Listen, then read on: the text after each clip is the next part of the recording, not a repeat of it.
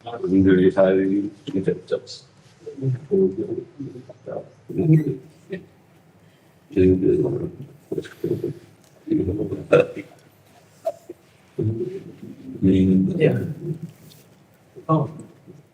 जी आज्ञा हो तो थोड़ा चंदन स्वामी जी का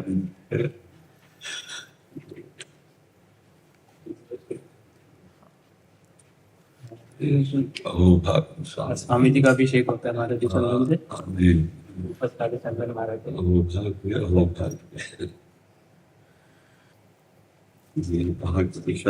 गुरु जी के बड़े महाराज बड़े महाराज जी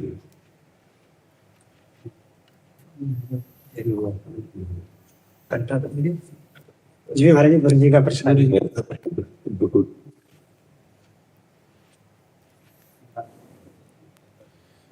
शादी का भी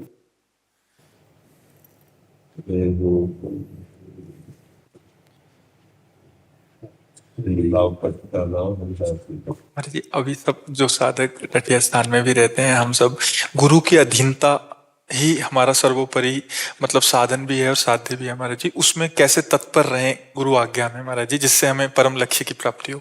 हाँ, गुरु आज्ञा में तत्पर रहने का यंत्रवत जैसा वो हाँ, अब जो ही कहें करें हम सोई, सेवक वाणी, अब जो ही कहें करें हम सोई, आयस लिए चले निज दासी, मन क्रम वचन त्रिशुद्ध सकल मत हम श्री हित हरिवंश उपासी।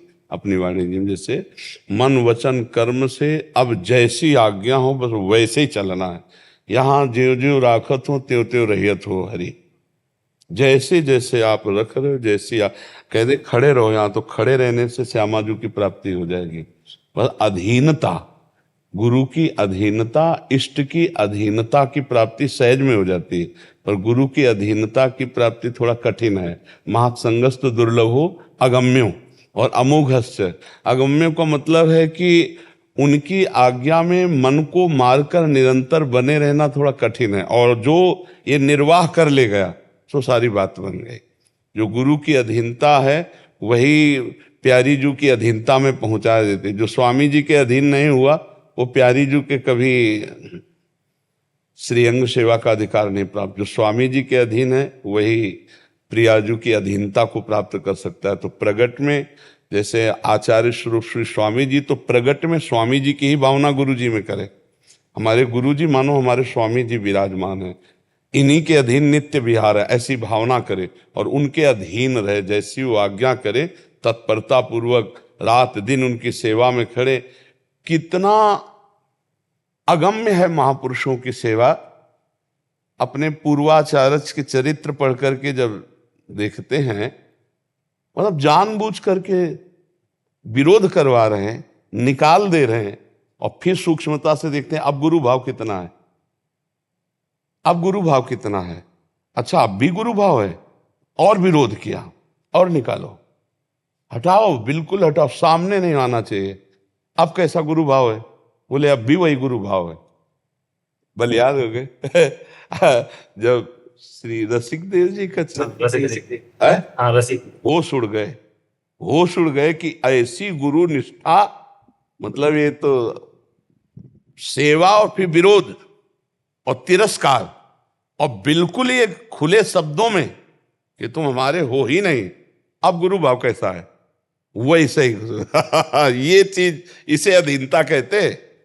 अपने आचार्य पूर्वाचार्यों के जब हम चरित्र पढ़ें तो हमें पता चलेगा कि गुरु की अधीनता कैसी होनी, और यही अधीनता श्यामाजू की प्राप्ति कराती। जो नित्य विहार रस शिव शनकादि के लिए भी दुर्लभ जो बात है, वो अपने जैसे अधमों को प्राप्त हो जाती है गुरु अधीनता से।